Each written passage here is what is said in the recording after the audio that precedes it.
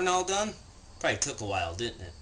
You know, I did all the exact same steps that you saw in my previous carving video, with the exception that I used a skew chisel here to get into some of the corners, because this is maple and it was a little bit harder than that walnut. And then we'll also add later the stain to the background to make the cowboy Yeehaw! stand out a little bit more. But right now, I'm going to make a little border piece that's going to go around this, and so we'll do that over on the table saw. So get along, little doggy. Or a short one. It's up to you. Boom chicka, boom, boom, boom. Okay, let's do some staining on this. Now the stain isn't too hard. I just got a couple of artist brush here, a little bit fatter one, and then one for getting down like in between the arm and the horse, and maybe in between the legs and stuff. That's where I'm going to use it. And then I'm just using a dark based brown stain. And so I'll start going at it here. As I put the stain on, if I find it's too thick or puddling in an area that I don't like, I just have some small pieces of paper towel and just kind of dab it out of there, and that'll lighten it up.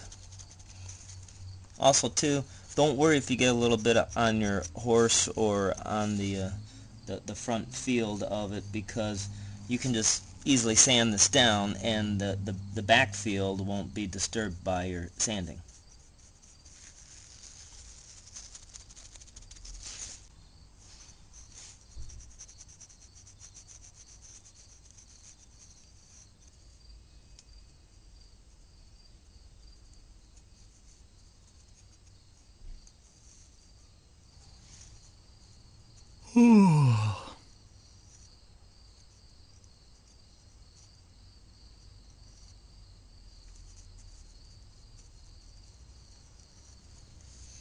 And there we go. Now after we do this, you're going to want to set it aside and let it dry the amount of time that the recommendation on the stain product says. Okay, for the trim piece that we're going to put around that lid, well, I just ripped down some maple. It's just a tad over 1/4 inch. And then I put a decorative bead groove on the edge, and then what I'll do is I'll rip them down into smaller pieces and miter it to go around the lid, kind of like picture frame it. But make sure you do your sanding and your staining to the lid first, because this little trim piece is going to be a slightly higher profile than the lid. Here's the box with our decorative mitered trim piece on it. Now, I bet you thought I forgot about the inlay. Well, we're going to do that next. The inlay that I'm going to use on this box is shell. Yep, this is actual shell cut very thin. Now you see it? Now you don't. Now you see it? Now you don't. Magic. Aha! Cutting it goes something like this.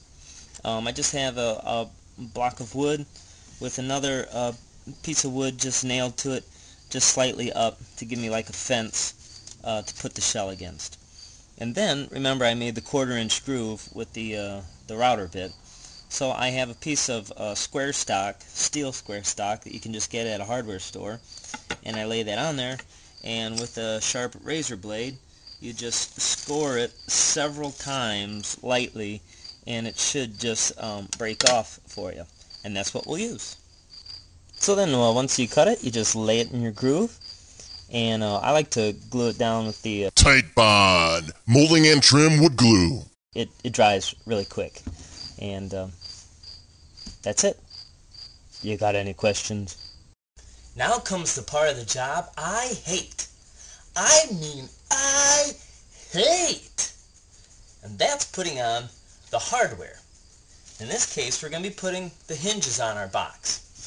Now, for God's sakes, please take your time. Because nothing will screw the job up more than you rushing through and putting the hole in wrong or putting the hinge in crooked, and then you're going to be like, ah, I hate this project. I carefully traced around where my hinges are going to be. And then the next step is just slowly digging down with the chisel, just like we did before when we carve. I take my sharp knife, score it, shave down to where then the hinge will sit flush with the top of the box. See how nicely that fits? Yeah, that's good. Now it's time to move on to staining. And when I mean moving, I mean moving. Oh, wiggle, wiggle, wiggle. Hey, for the finish coat that I'm putting on this, I like to use, in this case, boiled linseed oil. Boiled linseed oil will penetrate deep into the pores of the wood and just bring out the natural beauty of it. Also, too, it helps if you take a little mineral spirits or turpentine to thin down the boiled linseed oil. That way it can penetrate deeper. And what I'll do is I'll put this on for about 15 minutes or so, wipe it off, maybe do another coat, again 15 minutes, wipe it off, and then I'll let it sit overnight. Now after that you can apply different top coats to it. You can apply a lacquer or a shellac or some other top coat. Now be careful, make sure you read the product that you're using, because sometimes you'll have to use a sealer before you go to the top coat. In this case, because it's such a little box and it probably won't get handled a lot like a table or a desk or something, I'm just going to put a couple coats of wax on it and call it done. And so, there you are, your own little box. Well, that's it for this episode, but that brings me to my favorite part of the day. I like to dance.